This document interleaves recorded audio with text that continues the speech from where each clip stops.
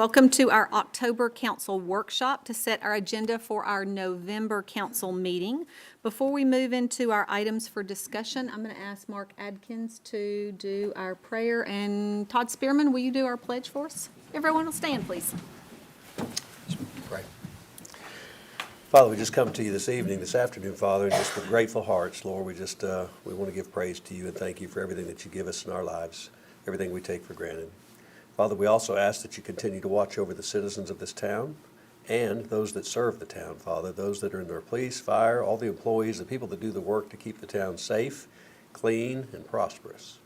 Father, we ask for your discernment tonight as this council deliberates, Father. We continue to pray for countries in the Middle East, Father, that senseless wars and destruction and loss of precious lives are taking place as we speak. Go with us now, lead, guide, and direct us as we do your work. We ask these things in your name. Amen. Amen. I pledge allegiance to the flag of the United States of America and to the republic for which it stands, one nation, under God, indivisible, with liberty and justice for all. Thanks, Mark. Thanks, Todd.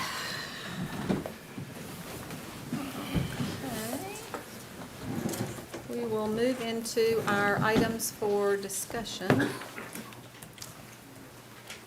Our first item is approval of the terms of an authorization for the mayor to execute the web services sales agreement contract with Revise LLC, aka Revise Software Systems, for development and hosting of the Town of Smyrna website. Hey, Carl. Good evening, Mayor, Council. Our current website is a bit dated, the design, and we've also had some service concerns from the company currently hosting it. In working with that company, trying to improve it, we would need to do a total redesign with them, which would be costly, as well as move to a whole new platform for their services. So we took it upon ourselves to say, well, as long as we're going to have to do all that work, we should look at other alternatives. We reached out and brought in 4 of the premier hosting and design firms in that area. We did an evaluation of that. Through that process, we invited them in, had presentations. 2 of the vendors stood out as being able to really meet all of our requirements and really deliver something that would be good for the town. And from that, we took the lowest cost provider, which the cost will be taken by a capital project this year. We have that budgeted. And then the hosting cost, the ongoing cost, actually reduces just a little bit moving forward, so that cost is also covered. Great. Questions for Carl? So the hosting, so the same company is going to continue to host, but we're having a new developer for the Well, no, site? the new company that's going to develop will also be our new hoster Okay. once the contract with the current provider ends, which is scheduled for next March. Okay, and so, was there an interim to the current developer, or we're just based on your having reviewed, we needed to move forward to upgrade everything, and this was the Correct. best way and most cost-efficient way? Yes, we have to do a total redesign if we really want to bring it to current design standards and really something that represents the town the way we want to be represented. Okay. Other questions? Okay, we'll put that on the agenda. Item 2 is approval of the terms of and authorization for the mayor to execute the 2024 exhibit rental agreement for SOAC Life on the Edge from Science Center. Hey, Mike. Mayor, council, thank you for the opportunity to bring another exhibit before you. This one, the staff's been working on a while. We try to stay 6 months to a year out on exhibits because that's what it takes to get one, just because of their previous schedules. So the Life on the Edge exhibit is from the Science Center. We've rented from them several times. Exhibit will run from approximately April 27th through September 8th of 2024. It's about 1,500 to 2,000 square feet, and explores the possibilities of life in the solar system. As y'all well know, most of these are education-based, and target ages are 8 to 14, but they serve the whole family. We like this one just because it's, it'll be there for the summer camps and for the visitors in the summer when school's out. Obviously, we get a lot more business, and for the people who have parties. So we're kind of excited about this one. And as y'all know, we've been looking for sponsors, and we'll continue to do that. We've got a couple that we're looking at for 2024, so hopefully we can get that as well. Questions for Mike on the exhibit? So this one looks very hands-on. Is it? Ma'am. Is it very hands-on? Yeah, most of them are, yes, ma'am. Because I was looking at the brochure, and some of it is more visual. So Yes, will ma'am. it take up the entire space It down does, there? and sometimes, depends on how we lay it out or how it lays out in there, we may have to leave a piece out, or put it in the art gallery or something like that. Okay, okay. But fine. we've been trying to look at this one for a while. We always look at 5 or 6 that are available and kind of back into it from there. Okay. And SOAC staff kind of heads that up. Other questions about Life on the Edge? Okay, we'll move on to item 3, which is approval of the terms of and authorization for the mayor to execute a contract with Brenda Walsh for acquisition services in relation to the Fall Creek utility easements. Jason? Good evening, Mayor and Council. Nice to see all of you. This item is with Brenda Walsh for the Fall Creek Utility Easement Project. As you know, we're be acquiring some easements in that area. We got 26 parcels that will be in play. And that project is proceeding through the contract phase at this time.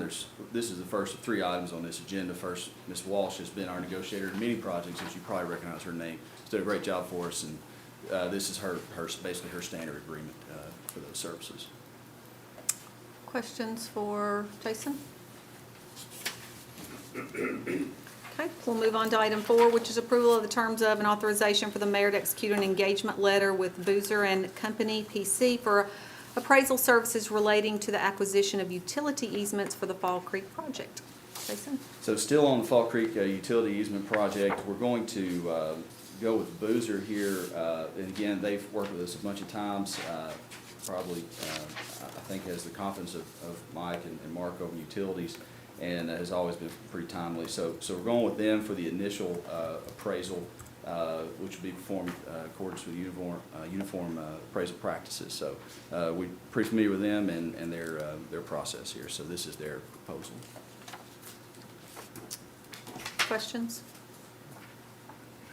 Okay, item 5 is approval of the terms of and authorization for the mayor to execute an engagement letter with CBRE Incorporated Evaluation Advisory Services to provide the town with review appraisal services in connection with the acquisition of utility easements for the Fall Creek project. Right, and so this will be the final item on the Fall Creek project. So the review appraisal is necessary, as I'm sure many of you recall after doing this a bunch of times, to ensure that the initial appraisal here done by Boozer, if that contract is approved by the council at the upcoming meeting, then this review appraiser, Brandon Malone, would follow up and ensure that appraisal is done in accordance with standard practices.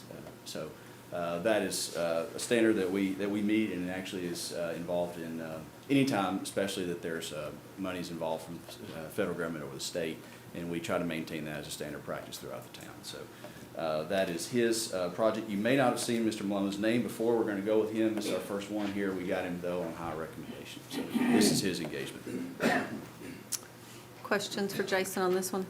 Jason, has it always been standard practice to have a review done? Yes. Okay. Other questions for Jason? Okay, we'll move on to item 6, which is approval of the terms of and authorization for the mayor to execute the extension to maintenance and support agreement for Ademia relative to the APHIS machine used for fingerprinting and identification at the police department. Mayor and council, good evening. How are you? Not much else to add there. Pretty much just an extension of our current maintenance agreement for that fingerprint machine. Any questions for Jeff on this? Do you want us to ask you questions? If you'd like. Anything for Jeff tonight? I think you're good. Item 7 is approval of the terms of and authorization for the mayor to execute a change in the towing application period from June 1 through 30 through April 1 through 30. Yes, ma'am. That's just a little bit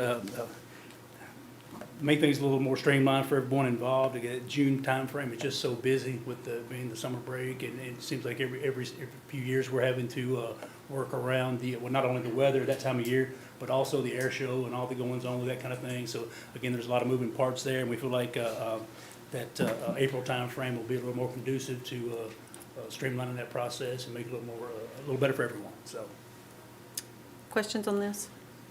So the people that generally apply, will they be given notice of Yes, ma'am. this Yes, ma'am. change?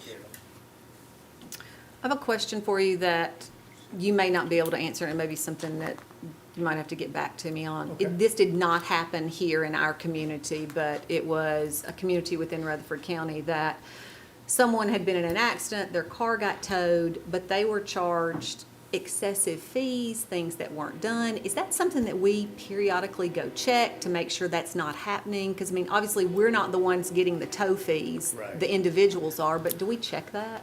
Or do you know? We have a schedule of fees that they're allowed to charge, being on our rotation. But if, again, if we get a complaint from a citizen or someone who feels like maybe there's some anomaly there, obviously we'll look into that, yes, ma'am. Okay. But it's nothing that we kind of review on a periodic basis? No, ma'am, other than our fee sheet and that kind of thing, that's pretty much what we ask Between our- them? Yes, ma'am. Okay. I was just curious. Okay, thank you, sir. Item 8 is approval of the terms of and authorization for the mayor to execute an agreement with Premier Fence to install a fence and gates at the Justice Center. I know very little about it. Our project is going swimmingly. We feel really good about our project down there. I was gonna say, jump on in here. Sounds wonderful. You want to take this? That's cool with me. Yeah, I've been helping the police department out with the parking lot expansion. We received 4 bids. One was considered non-responsive. The lowest bidder was Premier Fence at $104,284.15.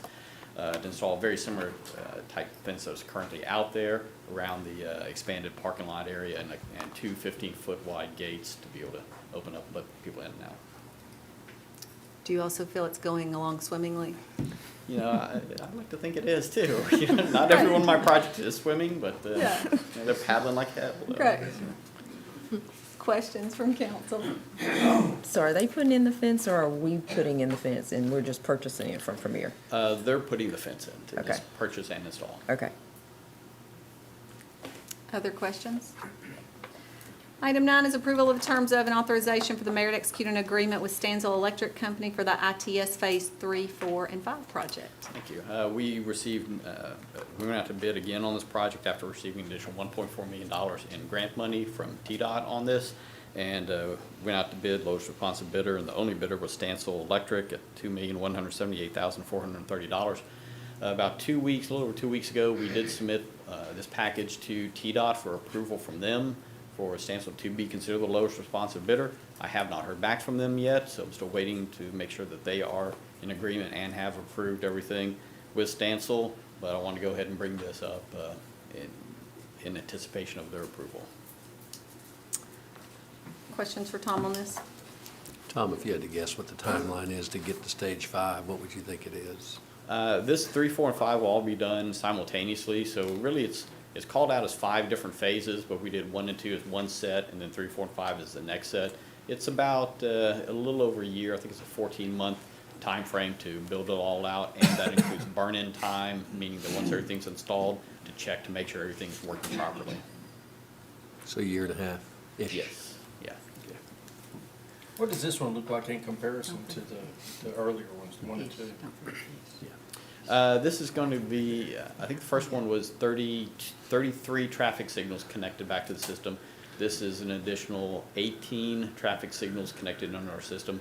We currently have 9 cameras. This will be adding 10 more video cameras in different locations. The traffic signals mostly that are involved in phase 3, 4, and 5 are along Amiable Road, southern part of Lowry Street, southern part of Old Nashville Highway, basically like the southern portion of Smyrna. Very good, sir. Do we have a plan or a process for going forward when new lights come in? You know, a lot of times we have developers help us with that or whatever. Do we have a process to get them included? Or Yes. will we have to revisit this in a few years and connect additional? No, we do a process so that whenever new development comes in and they have to install a traffic signal, we have a list of the controllers, the detection systems, and we send that to them to say, this is what you have to put into the system. We check it to make sure that they do put the proper equipment in. And depending on where it's located, if there is fiber nearby, we make them extend fiber to that, or we put in a cellular system to make sure it does get on our network. Perfect. Other questions? Okay, we'll move on to item 10, which is consideration of a resolution relative to a plan of services for property located on tax map 54, parcels 40.00, 41.00, 44.00, 44.01, and 45.00. Hey, Mitch, this is the second reading. Mayor, Council, this is a first of the next couple items here. This is the plan of services. This property does fall within CUD's service boundaries, so CUD will be supplying the water to this property. And they have indicated at this time that fire flow is adequate for development, and the town will provide all the other services as part of this development. Questions for Mitch on plan of services? Okay, then we'll move on to item 11, which is consideration of an ordinance relative to the annexation and PRD zoning of property located on tax map 54, parcels 40.00, 41.00, 44.00, 44.01, and 45.00. It's requested by Jennifer Speck on behalf of the property owners containing 39.65 acres. The properties are located at 8613 and 8675 Rocky Fork Amable Road, and this is a second reading. Mitch? This request is for 113 lots on just under 40 acres in size. The density for this project does come out to about 2.85 units per acre. The lots will be for sale products. The site is located about 700 foot north of Rocky Fork Homenville and Morton Lane intersection. The land use plan in this area does support single family residential. Surrounding zoning is a mix of PRD with Blakeney in the south, and then the courtyards at Stewart's Creek in the west. And then in Rutherford County, we have RM on the other parts surrounding this. 2 existing homes are located on these properties and will be removed upon the development. There are 33 townhomes and 80 single-family lots proposed as part of the development. The townhomes would have 1-car garages. The single-family lots would range in a size of minimum of 1,650 square feet up and averaging about 2,250 square feet in size, and they would all have 2-car garages. The elevations for all these are to have a mixture of brick, stone, and fiber cement board siding. All of our requirements for the town will be met as part of the plan that they've submitted to us, which includes the open space, parking, and setback requirements. There are proposed to be there's going to be 1 single access point onto Rocky Fork Homenville as part of this development, and then 2 connection points into Blakeney, which are currently stubbed at this time, would make a connection into this subdivision.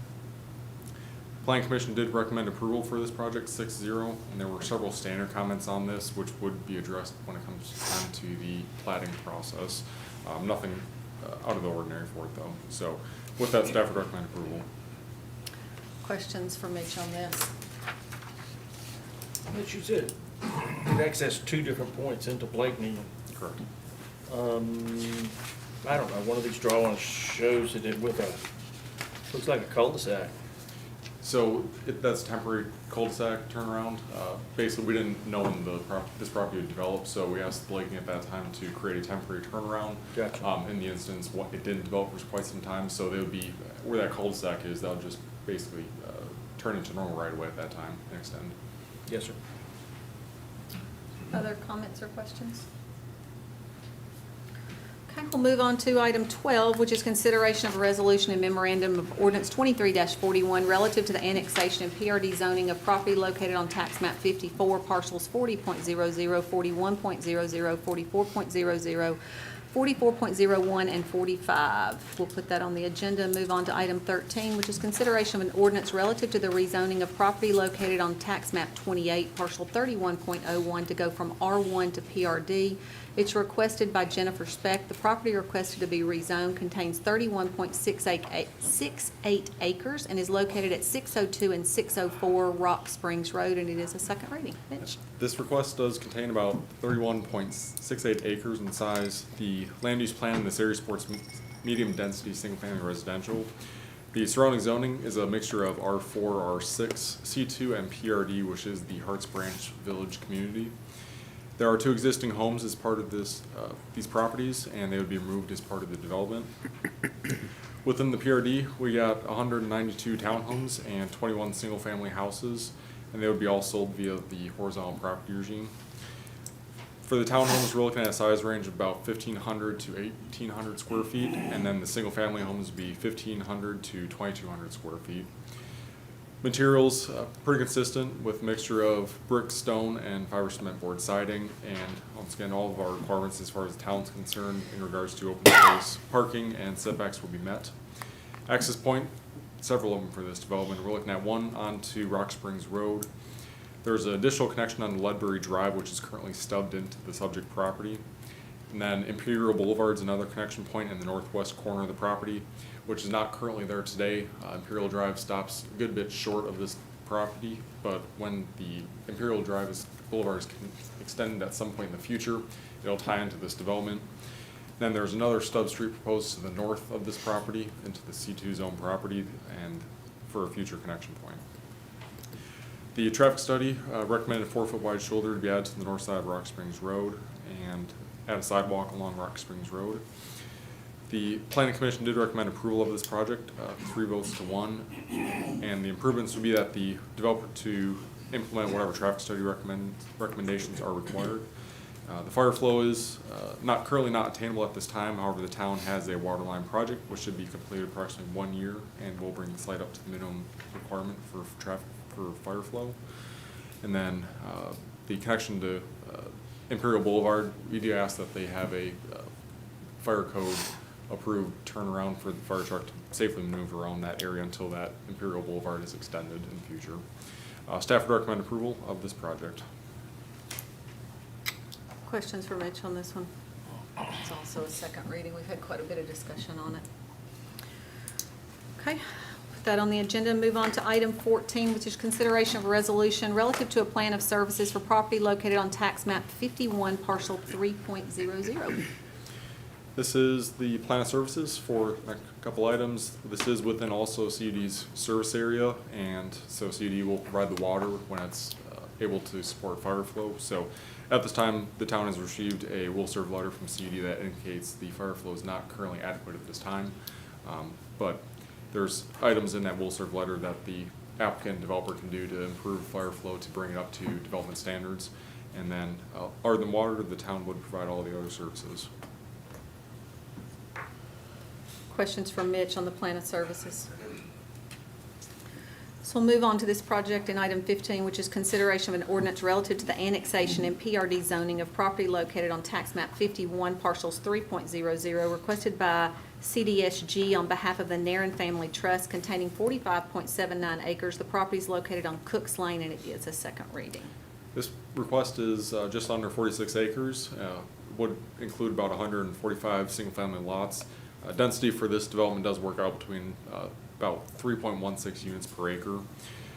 The property is located about 700 feet south of the intersection of Cooks Lane and Rock Springs Road.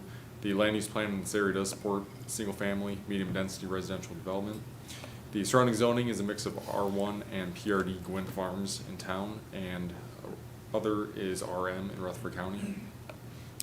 The water, as indicated above, is serviced by CUD, and they have indicated adequate domestic fire flow, or domestic flow but not fire flow requirements. That CUD did submit a will serve letter which does outline the requirements of the developer to correct for the fire flow deficiency, which does include some water main upsizing. The PRD does request, includes a home range of about 1,800 square feet to 3,000 square feet in size, would include 2-car garages for all those homes. Materials of brick, stone, 5% board siding, and all the requirements for the town can be met for the open space, parking, and setbacks. Access to the site would have one access point onto Cooks Lane and a stub street to the south and 2 stub points to the east. One of the stub streets to the east would connect into the Gwynn Farms development. And currently Gwynn Farms doesn't, the way it's laid out today, doesn't have the connection point as shown in this PRD. So Gwynn Farms has been asked to redesign their PRD in that section to effectively make that connection point as part of this PRD plan. So staff's in the middle of taking a look at that and ensuring that connection lines up appropriately. Planning Commission did recommend approval of this, 4-0 against, and there were several items that are pretty standard. One, that the traffic study would be required to be implemented as the improvements recommend, and we don't have that at this time. Once again, just the fire flow comment just needs to be updated before we can start issuing any building permits out there. Staff did recommend approval of this project. Mark or Tim, anything you want to add on this one? Nothing new to add to what was not already shared. Okay. Questions for Mitch on this? So you said something about the Gwynn Farms property Yes. as well, and now they're redesigning the The layout, yes. layout. Yep. So will that get looked at site plan, with planning commission, or how does that get addressed? Or they're just coming into the office because Yeah, of the need so to upgrade? when they submitted this plan, we noticed at that time that it didn't line up with the stub streets that Gwin Farms had previously proposed to us. So, I don't know exactly how the process worked out, but Gwin Farms got involved, whether it be from the developer or from us, got involved with that. And we're working on either having them redesign the site in that area just to essentially flip-flop the road design in that area. It's potentially might have to come back to planning as far as a redesign is concerned, but we're still taking a look at that to figure out exactly what it's gonna entail. Okay. Mitch, I think the staff can make a subtle change to make that line up. Yeah, so- Correct, but if they redesign the whole portion of that PRD. then Correct, it obviously depends they what have that to- extent yeah. is and how comfortable staff Yeah. is with Well, whatever. what about the new development? Are they working with the old, or working with Gwin Farm developers to do their part to line it up?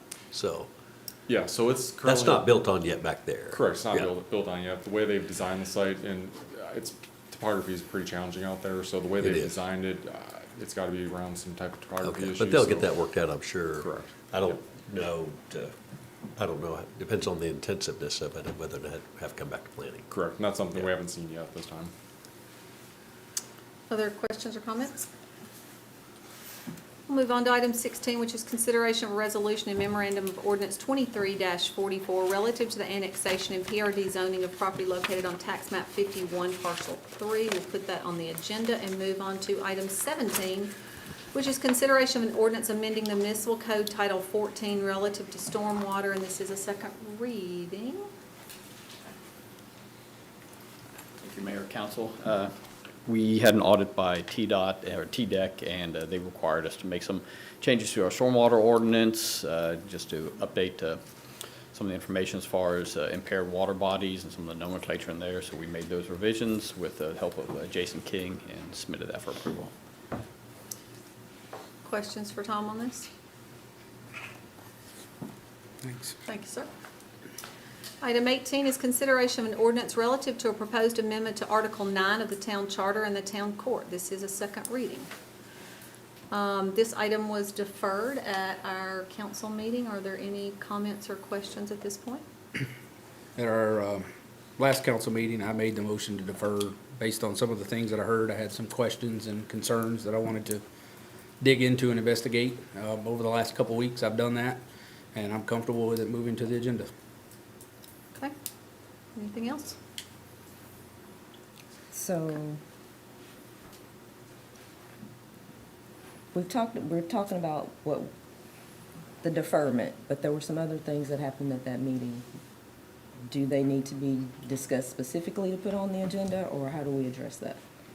I guess, what are you specifically talking about? So there were some comments made about an executive session, and that didn't actually happen, and I know that it's been verbally corrected.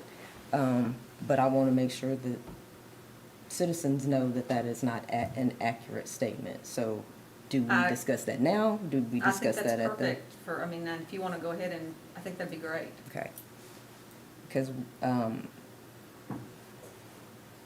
there was a statement made that there was an executive session held after the budget retreat, and that didn't actually happen. I think it No. was just a Yeah, it misspoke was of an- It's not that we executive didn't session. meet, it was part of the agenda of the retreat. But it wasn't And an it was an executive executive session, it session. was just a misuse of that term. Yes, that's what I'm. And really, wanting the to reason I correct. used it that way is because that portion of the meeting, which happens every year, the rest of the directors leave, and the council and the HR director meet specifically to talk about Brian's review and questions or review material.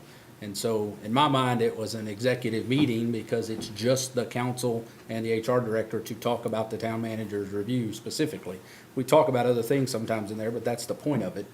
And But that's it's why. open to the public. It is It's open to the absolutely, public. absolutely part of the It is agenda, part of open to the public, agenda, all that. publicized, all of Anybody that. can be there. But Yeah, that's the why in meeting my that mind we it was had is executive. open, but when you say that, that means something I understand specifically that. as far as us Yeah. discussing litigation, and that's not what occurred, so I wanted Absolutely to understand clarify. that. It was just a misuse of the term. Yeah, Absolutely. so I wanted to clarify that. And that, yes, there was actually a meeting, and there was a discussion of the town manager evaluation. But at that time, there was no discussion to close the court at that time. That was not discussed.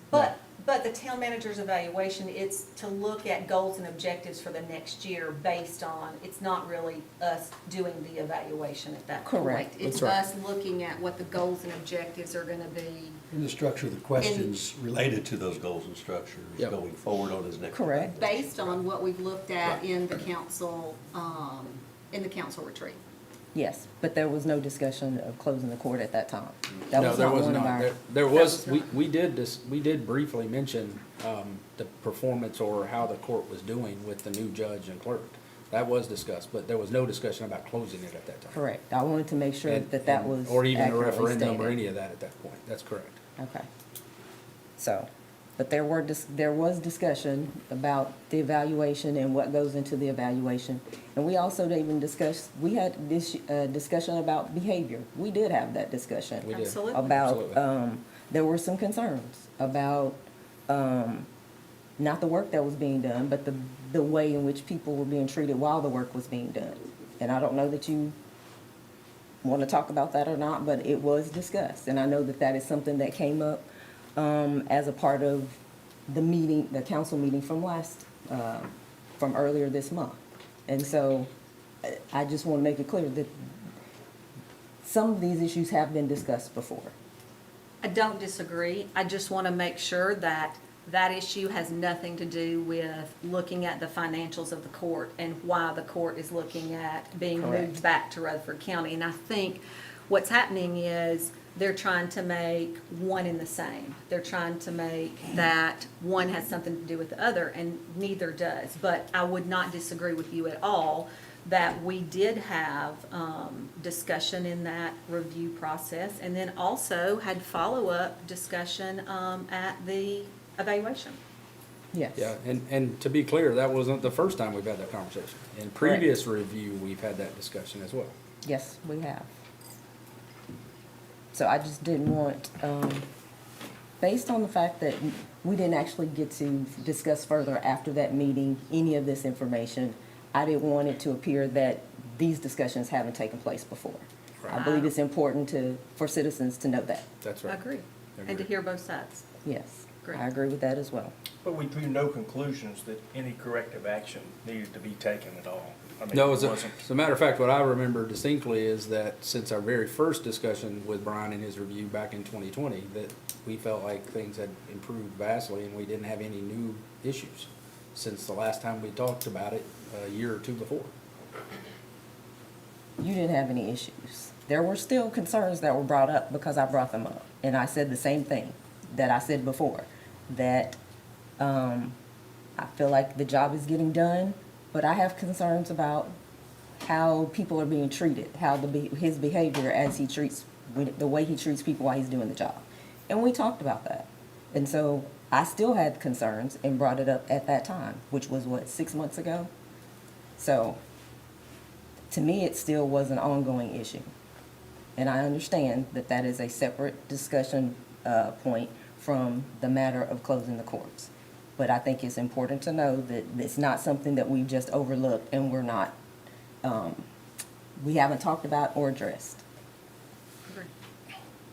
As has been mentioned, we did address it again at the actual evaluation. And I don't recall at that time anybody saying that any corrective action needed to be taken then also. No corrective, no one said any corrective action needed to be taken. That is And true. in discussion with HR, no formal complaints have been filed, and I think specifically what was said by HR is things have gotten significantly better. And that was said in our meeting when we met, after the retreat. Yes, but we also talked about that there was no process in place for if someone had an issue with the town manager, what was to occur. Or if the HR director gave an example, if someone had an issue, that the issue comes to him, and that it then goes to the supervisor, and then the supervisor takes it to the town manager. And one of my concerns was if someone had an issue with the town manager, what happens? Because you can't take a complaint about him to him. and you asked the HR director, what do we do? And I don't think that we ever got an answer as to how that was supposed to be handled, unless you were given an answer after that meeting. I don't recall getting an answer. And based on discussion, is that it goes to HR, and depending on what the matter is, would it go to legal or would it come to us? That was what was decided? Because I didn't remember there being an actual answer to that. And so you're saying from no formal complaints have been filed, and so no action has had to be taken by either legal or us because there's not been any action for us to receive to discuss? Correct. Okay. Anything else? Let's, still would like to reiterate one more time that that these are two separate issues that essentially don't have anything to do with each other. And that, they're being portrayed as one and the same, and it's just not that way. It's two different things.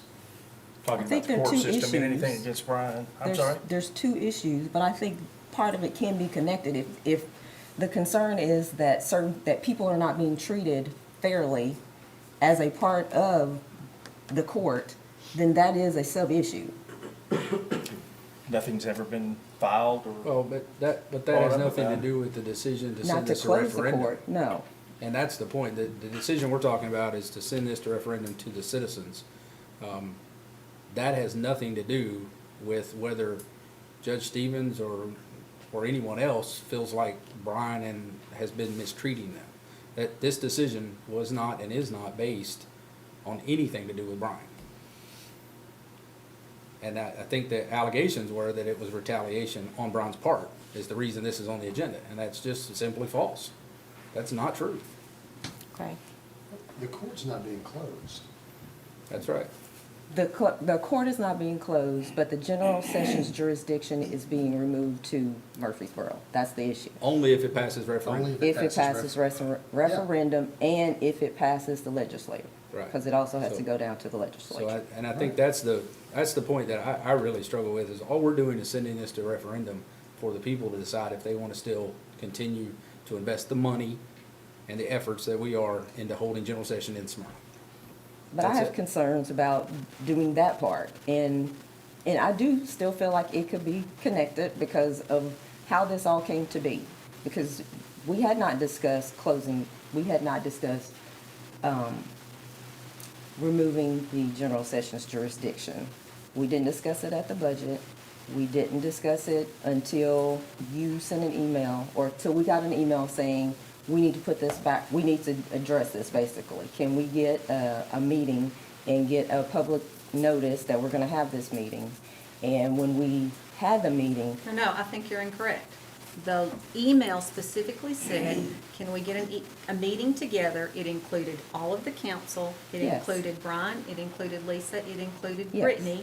And what it said was to review how things are going in the court, what's good's going on, what's not good going on, and what do the financials look yes, like. and I didn't finish, but I didn't get to tell the No, details. you but were you're correct. you were continuing going on, but if you're gonna tell it, we're gonna tell it correctly. I want it told correctly. That's right. And- But the other thing that you're leaving out is that when a new police chief came in at the end of 2022, within his 60 days of overview of his department, one of his major concerns was the liability of his officers. And when did we talk about that, though? If he made that assumption That within the was 60 part of days? the review, that was part of why I asked for a deep dive to be done. That's why I asked Brian at the retreat. Brian, can we get together and do another deep dive into the numbers and what's going on? I think where the confusion is it wasn't a council discussion at that point. Okay. Until we had the meeting that you're talking about. Yes. And in that meeting, we discussed what do we do now? And the conversation was, I think we should look into moving forward about potentially sending this to referendum. In that meeting, the decision was made. It And seemed not like that decision was made prior to us having that meeting. Well, what Because do I you- was not aware that that's where Well- the conversation would lead.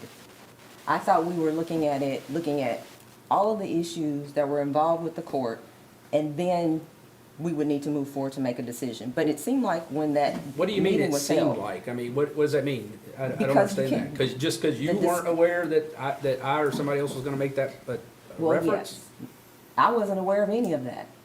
Well, And that's maybe because you all were, it's- I don't know. No, I wasn't. We I don't looked- know, I'm not accusing we you. looked I'm at the- saying I didn't know where the meeting was going to We- lead. But it seemed that we the looked- presentation as it was made, you were already leaning towards one way or another. Yeah, You that- were leaning towards moving forward with the referendum. Yeah, that's an insinuation that's false, and what you're Well, I'm asking. suggesting. I'm saying that well, right now. I'm trying to tell you, but you're telling me that's not what happened. I'm saying what you seem to think was happening, we made that decision in that meeting. I saw the numbers for the first time in that meeting, as well as every council member here. So that's how it works, right? We have a session, we review those meetings, it's a public hearing, we saw all those numbers, and in that discussion, we said, these numbers are troublesome to me, and I may have been the one that said it, I'm not sure who said it first, but they were troublesome, and I think we should move this forward. Because of the amount of money that is being spent, the public should have an opinion. And what you're saying is that there was a predetermined notion that when we walked in that meeting, that was gonna happen, and that's just blanketly false. Okay. Until that day, none of us had seen those numbers. Now, just because you didn't expect that conversation, the subject of the meeting was to review the numbers. That's And so what I was that's what I expecting, thought was a gonna happen, review. and that's what we did, and then Okay. we reacted to those numbers. So I just don't appreciate it when you say it seems like you're insinuating that we've done something we shouldn't have done or had a conversation beforehand without you, and that didn't happen. Okay. And in addition to that, I'd also like to say, for the judge and the clerk to come forward and say they did not know what was gonna take place in that meeting, that email was very specific as to everything that was going to be talked about in that meeting. And for them to say they had no clue, that's untrue. That, I probably shouldn't even say it, but that troubles me even more for the judge to say she didn't, that those numbers blindsided her. That concerns me. We've been talking about the numbers of the court since 2018. She had just gotten elected in November, and in April, she went through the budget process. But the numbers of the financial results for the court surprised her, and she didn't know what they were. She should have known those better than anyone. But And so- had she been involved in those meetings and getting those numbers? I don't know. I'm posing that. Those numbers came from the finance department. Right. She could reach out to the finance department anytime. That should have been something she was doing on her own. I bet most other directors know where their departments are standing. And if she wanted to, and she just went through the budget process. How did she decide next year's budget without knowing the results of the last year? Well, I think that's a question to ask her. Well, I'm just saying, but I think the she should be fact able that to answer those questions and defend herself on that. I don't know the answer to that. Well, And But they maybe had that should- opportunity in both of those meetings. Both of them had that opportunity to bring forth anything they wanted to bring forth and questions to be asked. I mean, I don't know how much more discussion and us all getting together to talk and say what was gonna happen. And after the first meeting, I think Jerry's question specifically was, I wanna know exactly what it cost to run General Sessions Court. And I even think, Steve, you met with Lisa for quite a while. I did. And Jerry, I think you But- did. but Before the second meeting, I went and met with Ms. Brewer in her office and encouraged her that if you've got conflicting information or numbers that don't match what you saw, come to the next meeting with that information prepared to show us. And when they came to that meeting, there was no presentation, there was no numbers, there was just, I don't agree with them. But some of the numbers did change because she did reach out to. That's because she reached out to him and asked him to change them, right? Asked him to make some changes in how he was calculating.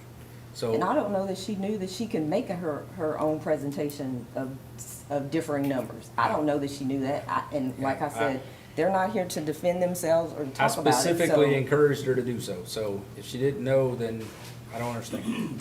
I specifically encouraged her to. My words to her. Because, just like in everything else, just the reason I deferred last meeting is if there's an alternative perspective, I want to hear it. I don't want to be accused of going into something with with my blinders on and only looking at it one-sided. And when she said, or I don't know if it's her or Brittany, one of them said, I'm not sure about the numbers. Okay, then tell me what you think the numbers are. We can't come to an agreement on the numbers if we only see one side and then all we hear is they're wrong. How are they wrong? What is wrong? What are the specific numbers? They have presented some of those now, but they didn't come to that second meeting prepared for that.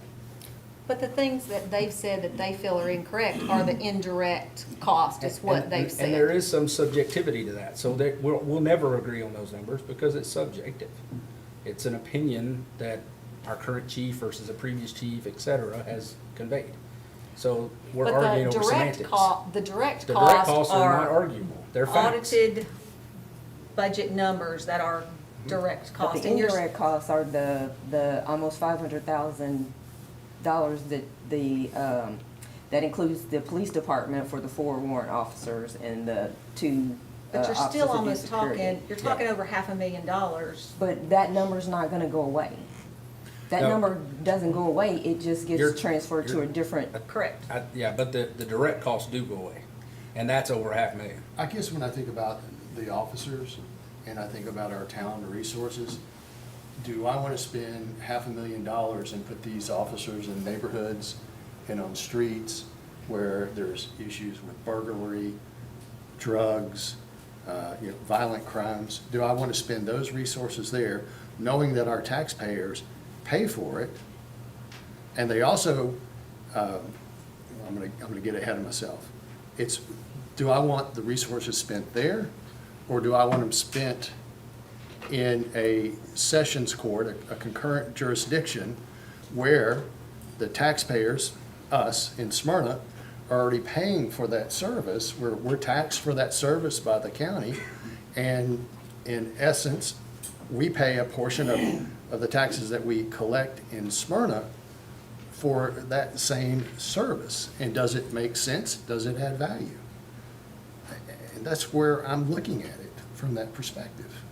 And I think that's what we want to offer the citizens the ability to do is, what do they want to see? I mean, to me, that's what it comes down to is, what do the citizens want to see the resources spent on?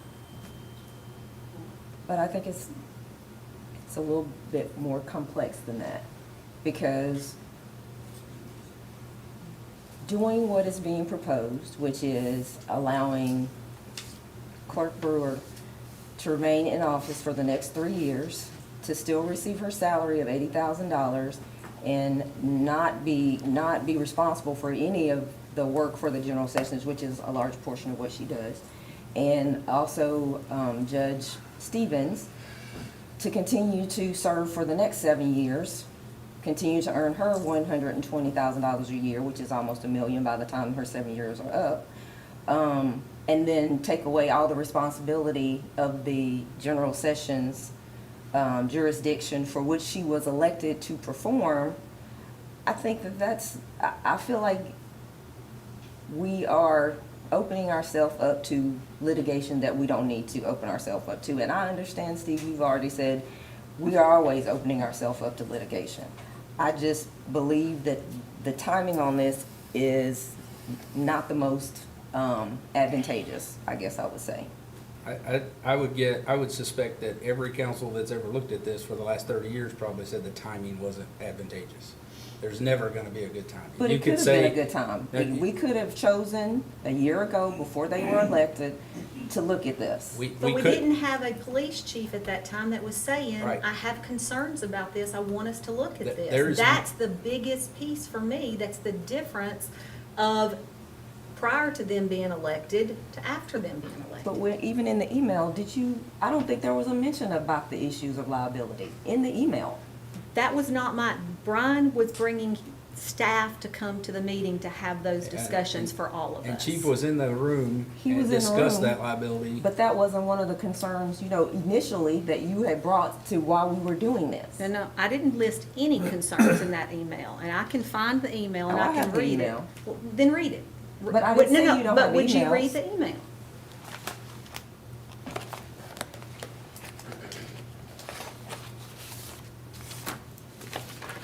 Council I've sat on over the years has been aware that the court system costs the taxpayers money. And I've got to say that when I sat in that meeting, the one where we were all gathered with the court officials there, was the first time that I had any idea of the differences between the expenses of general sessions as opposed to the municipal. And that is the point that it really became much more serious for me to take a look at. And then we also became more aware of the idea of the transporting of the prisoners at that time too. And from there, it's kind of like the more you look at that one, the more dangerous it becomes, the more of a liability that it becomes. And you know, it's a culmination of these other items coming together that give me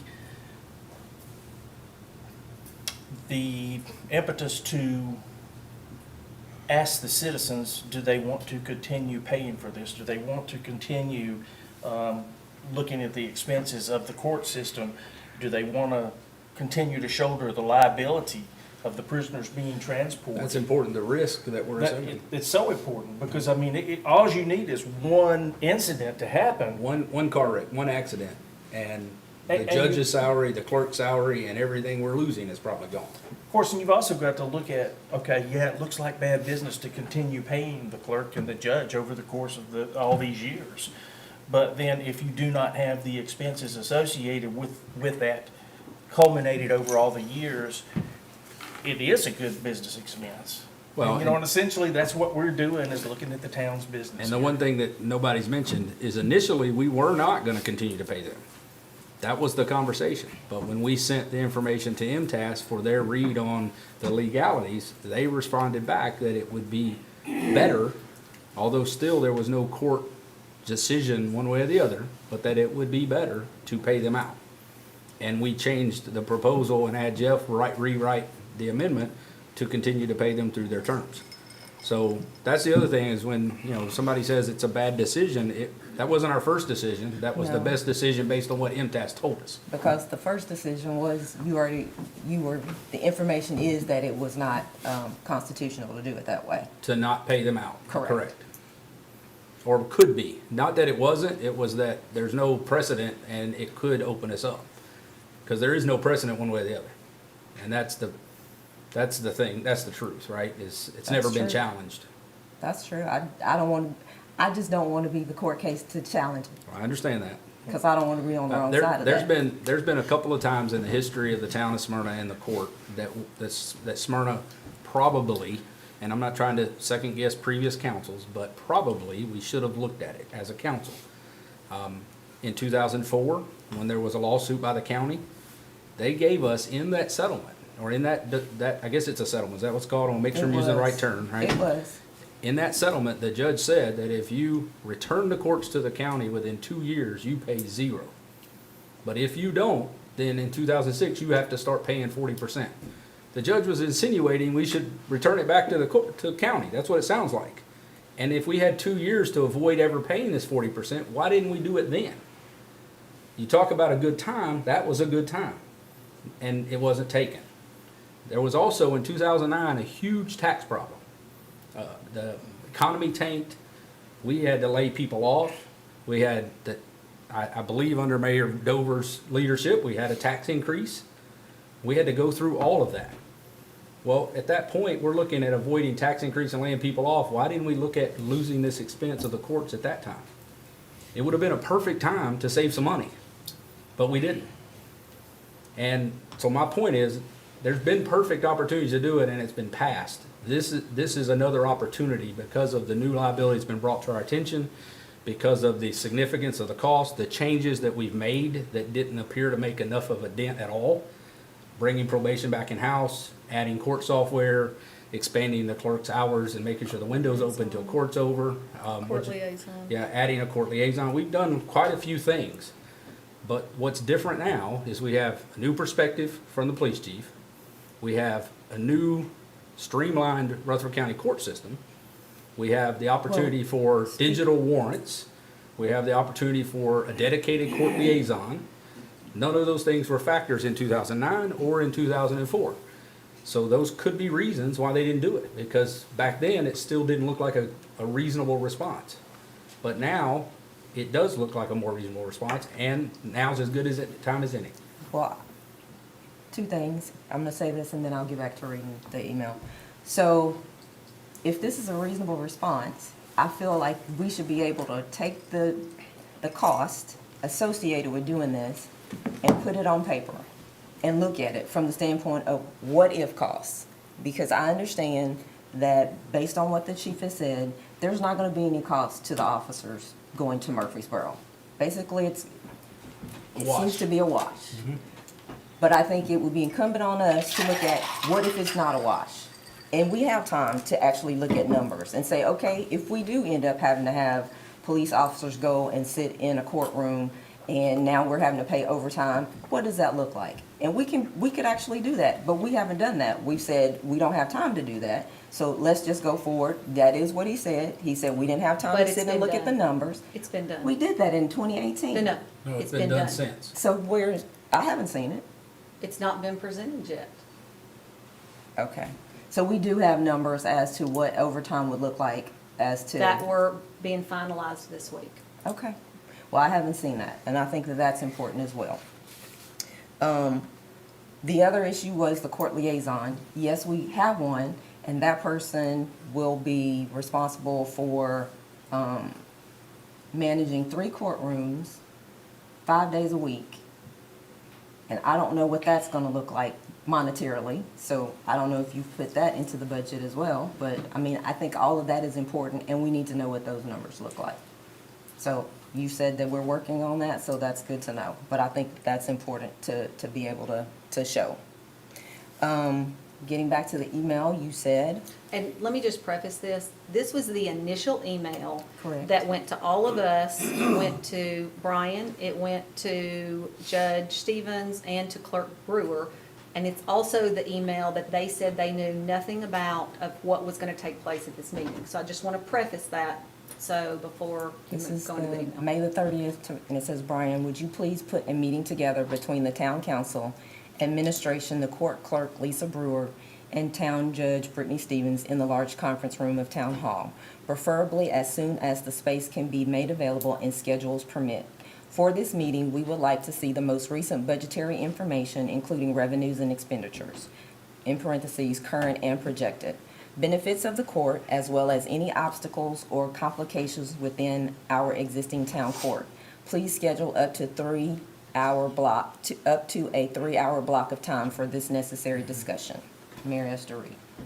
There's no specifics. It is an overview so that all of us will know what's going on with the court. I don't know how they could say they didn't know what was gonna be discussed. It's very specific in there that we're doing an overview. And, I don't know of another way for us to all get information other than doing a meeting like that. Would you have had a different recommendation for how we did it? Not necessarily a different recommendation for doing it this way, but they should have been included in the conversation. Like, do you They have were, costs? just like you. Not Just in like, this email. I'm saying you came in, there was, not you, there were financials that were presented about the court. Were they actually engaged to say, this is a skeleton of what we're looking to do? but they don't handle the finances, the finance department, and Rex and his department do the finances, It and was- that's who put that together. It's just a report of closed numbers. So there's no discussion to be had. If the numbers are the numbers. But the numbers Audited weren't the numbers. numbers. No, they That was were. The part of it. numbers No, were these- the these numbers. These They numbers didn't- changed. No, that was direct Nope. cost. The direct cost has never changed. The only thing's changed is indirect, and we didn't even hardly And talk then about there were, indirect in that some of the meeting. salaries were included in the wrong place, or included with some of the costs that needed to be moved into other That- locations. that is So correct. Another those numbers line. were not. But so just the- another line, but it didn't affect the whole bottom line. It was just moved from one line to another within the budget. Okay.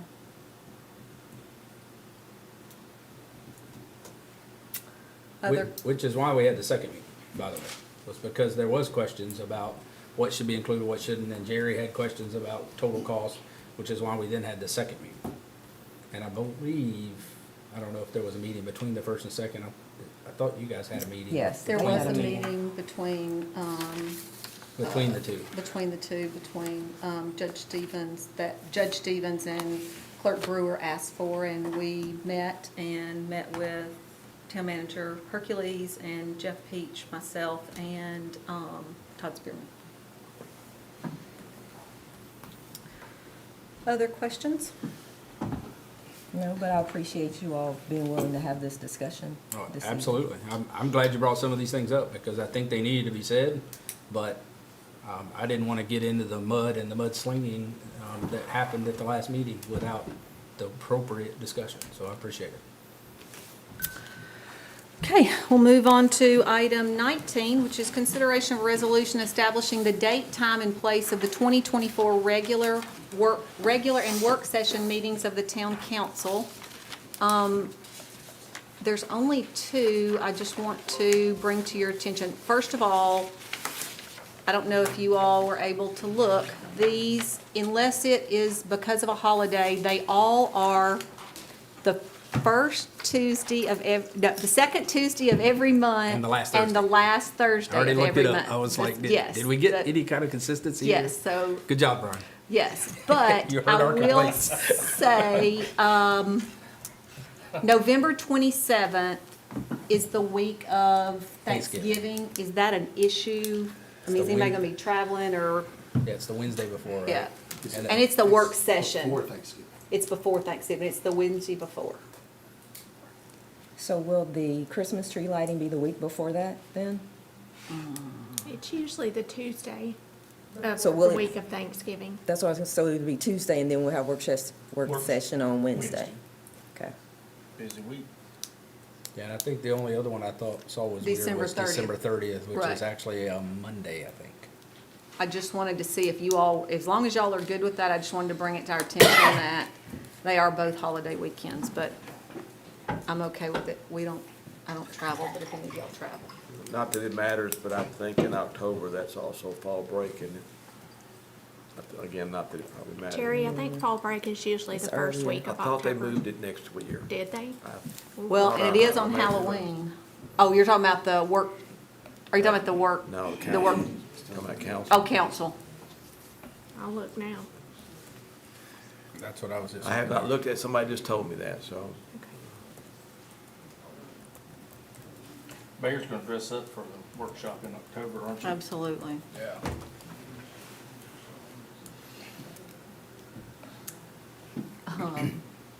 So are y'all good with these dates? As far as I know. Okay. Okay, then we will put that on the agenda. Jeff Craig, anything tonight? Tom Rose? You're correct, Jerry. It's October 7th through 11th next year in 2024. Will anybody probably be traveling, or does that affect? You'll be graduated by then, won't you? No, he's got a homecoming date. Or is it prom? Prom. So do what? Between now and the meeting, if there's issues, why don't we send them to Brian and we'll try to fix them. Okay, Rex, anything tonight? Charles? Dennis? Carl? No, ma'am. Mitch? Mike? Todd? Heather? Jason? Here you go, thanks. Mike? Chief? Jeff? Amber? No, ma'am. Mayor and Council, I've got a couple things to share with you tonight. The first one I don't have a slide for, but this came to our attention today, and we'll be putting it out tomorrow on our social media, and I felt like it was something we probably needed to make the citizens aware of. A Phase 1 drought alert was updated today, October 26, 2023. I'm going to just read through this real quick to let everybody know what this means. But the town of Smyrna Utility Service Area has experienced lower than normal precipitation. Although the U.S. Drought Monitor identified Rutherford County as currently experiencing a D2 severe drought, the Smyrna water system remains in Phase 1. the drought alert status as referenced in the Town of Smyrna Drought Management Plan. In the effort of conservation, Smyrna Utilities asks citizens to be mindful of the situation and reduce unnecessary water usage whenever possible. Further drought may result in the Smyrna water system moving to a phase 2. If it does, voluntary water reductions.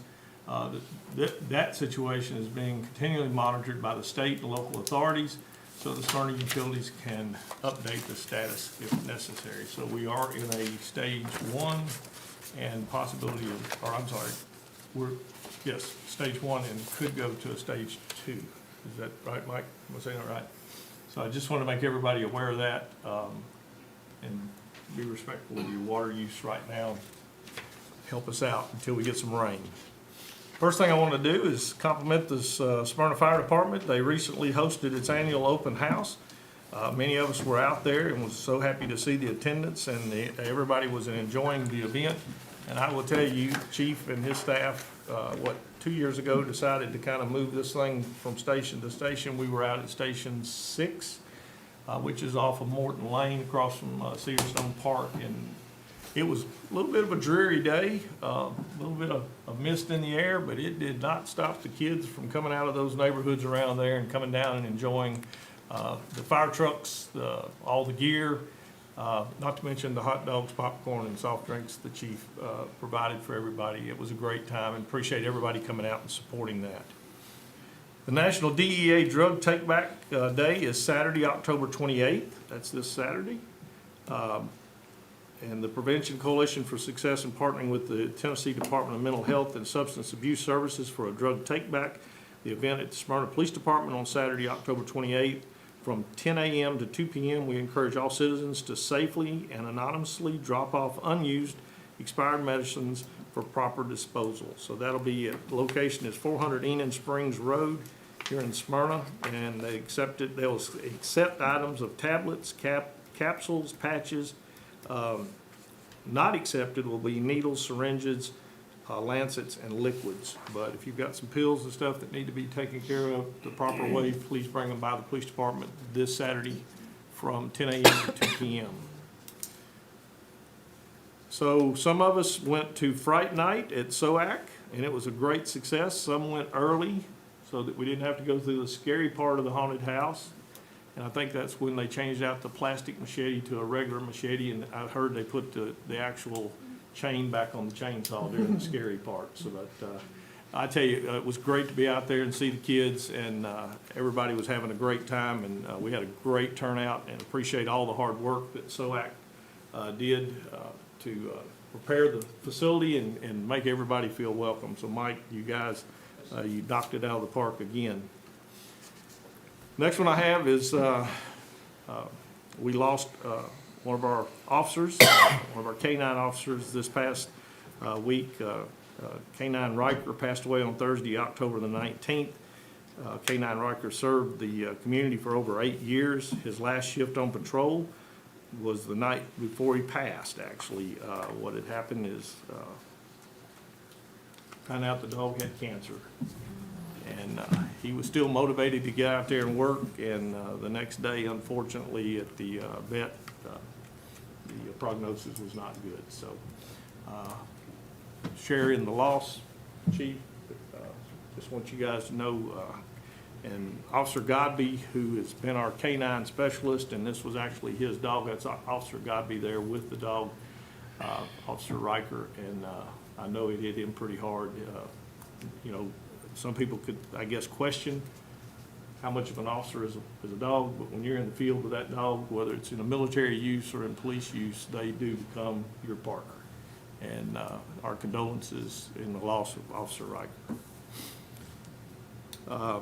The employees enjoyed a health fair recently, and it was something that we've done regularly through our HR department and working with the different departments. And we had a great turnout. Everybody came through. We offered I think they were getting flu shots at the same time and doing some screenings and those kind of things, and just reminding everybody of the benefits that the town offers through our health program.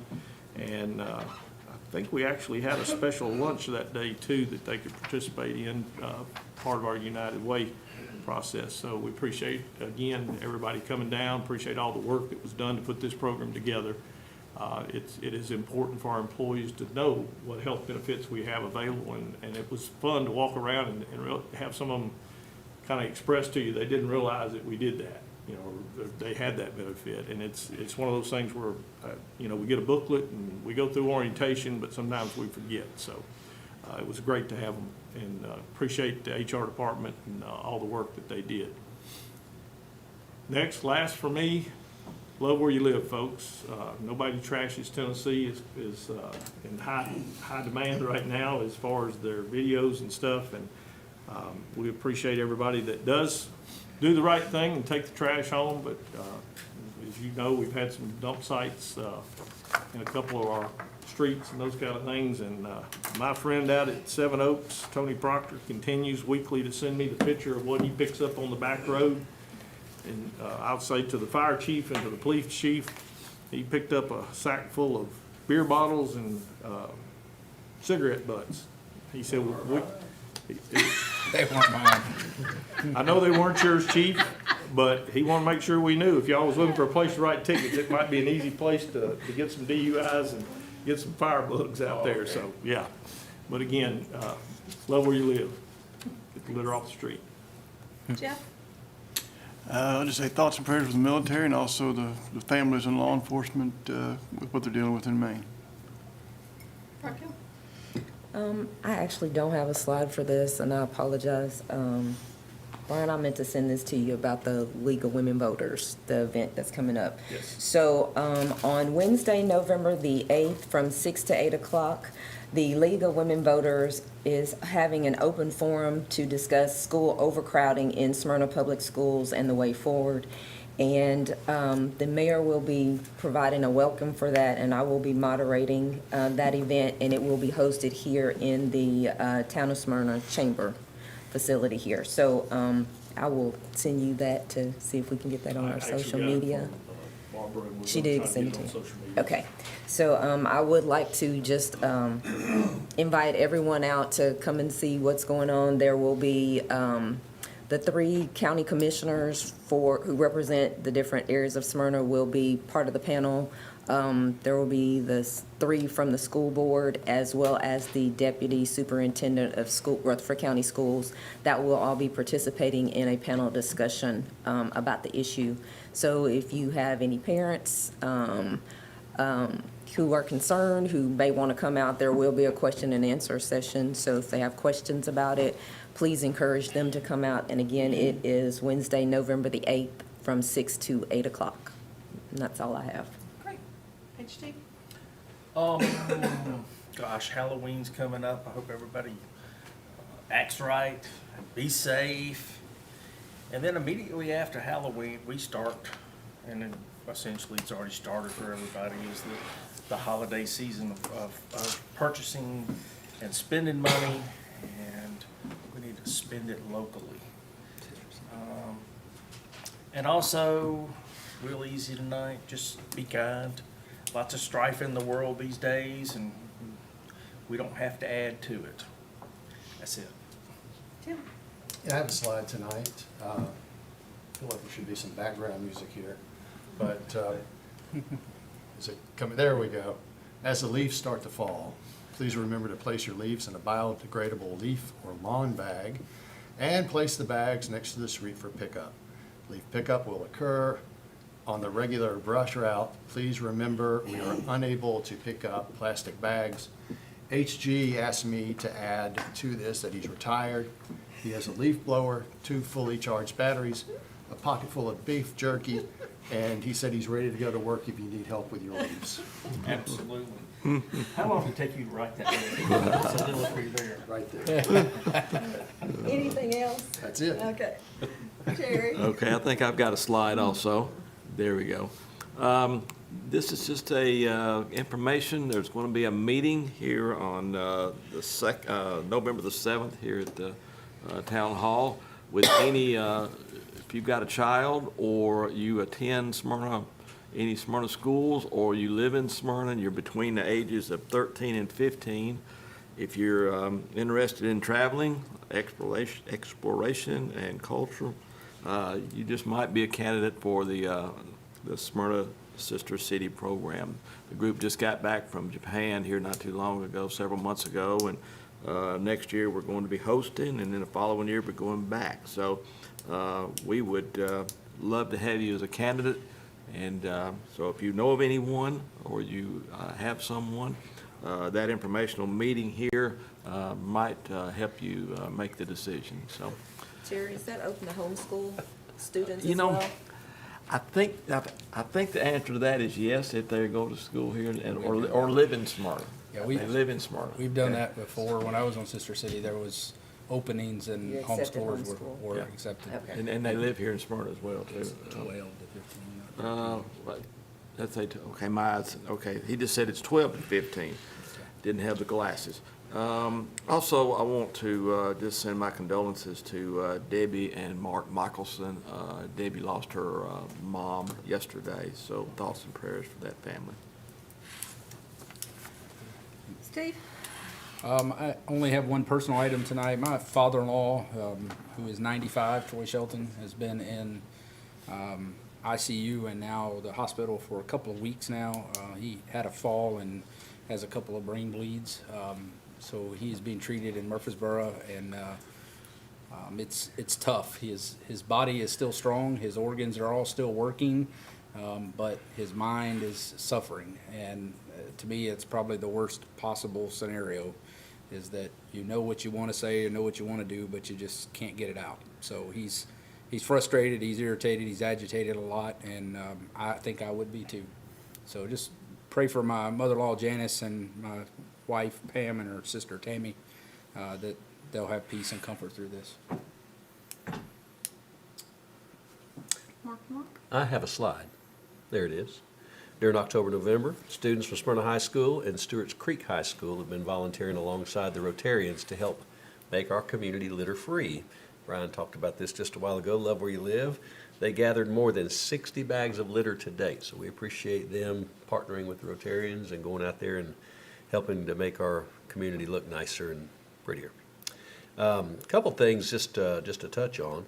I had a subject person, I didn't actually meet the person, that showed up in the back parking lot of my business yesterday, and we were not real sure about the purpose of that. So I called our Smyrna Police Department. They came out and very kindly and humanitarily took care of that situation, and the gentleman they spoke with understood, and all was well. But I just want to say to our police department, thank you for handling that gentleman in the way they did, and not just assuming anything. We weren't sure, and that was the right thing to do. So also, I want to say thank you to our police department for being of assistance, I know, to the Laverne Police Department recently during the manhunt where a couple of officers were shot in Laverne, and wish those two officers a speedy recovery. In the line of duty, they just never know when they go to work if they're going to come home to their families or not. So I think it's important that we recognize officers for their work and what they do, and make sure they know we appreciate them. Lastly, just a simple thing. You know, the world is kind of full of strife.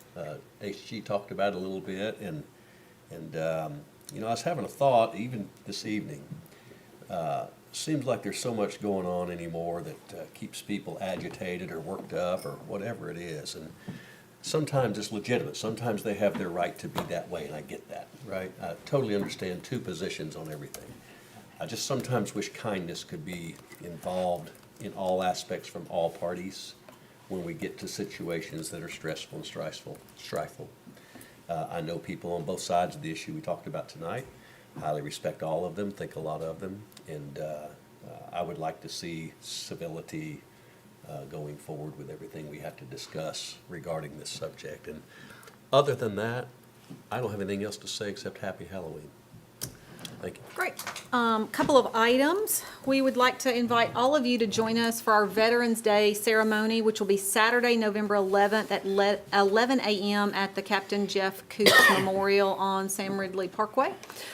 Brian, Rex, and I got to visit Centerwell Senior Primary Care. I will tell you, getting to their location is a little bit difficult. You have to go through the CVS parking lot. But it was a really nice facility and can have a really major impact on our community. And it's designed with seniors in mind to provide a holistic healthcare experience. And I was really impressed. So if you have an opportunity, go check them out. I want to thank the United Way for inviting me to speak at Cocktails and Conversations. It was great to be around 60 really exciting women. So thank you for allowing me to be at that event. Want to remind you to join us for a frighteningly good time at Halloween in the Park, which will be Saturday, October 28th from 3 to 8:30 at Sharp Springs. There'll be hay rides, haunted hay rides, costume contest. There'll be vendors, trick-or-treating, Smyrna High School softballs, haunted maze, and more. And I just want to say thank you to everybody, all the departments that will help to make this event possible, but also to all of those vendors that come out, because they're responsible for providing the candy for all of the kids. And Mike, how many people would you say we usually have? I'd say at least 5,000. So for 5,000 different, okay, Chief's giving the thumb that it's more than that. Chief, how many would you say? Was that the thumb? An easy 7,000, okay. You sure that was his thumb? Since HG's retired, we'll put him with the clicker out there counting people as they come in. We also would like to invite you to our annual tree lighting ceremony. It'll be held in the Depot District on Tuesday, November 21st. You can enjoy food trucks on site and photos with Santa. Our 48th annual Smyrna Christmas Parade will be held on Sunday, December 3rd at 2 p.m. We're still accepting applications for entry into the parade, and don't forget to bring non-perishable food items for the food drive.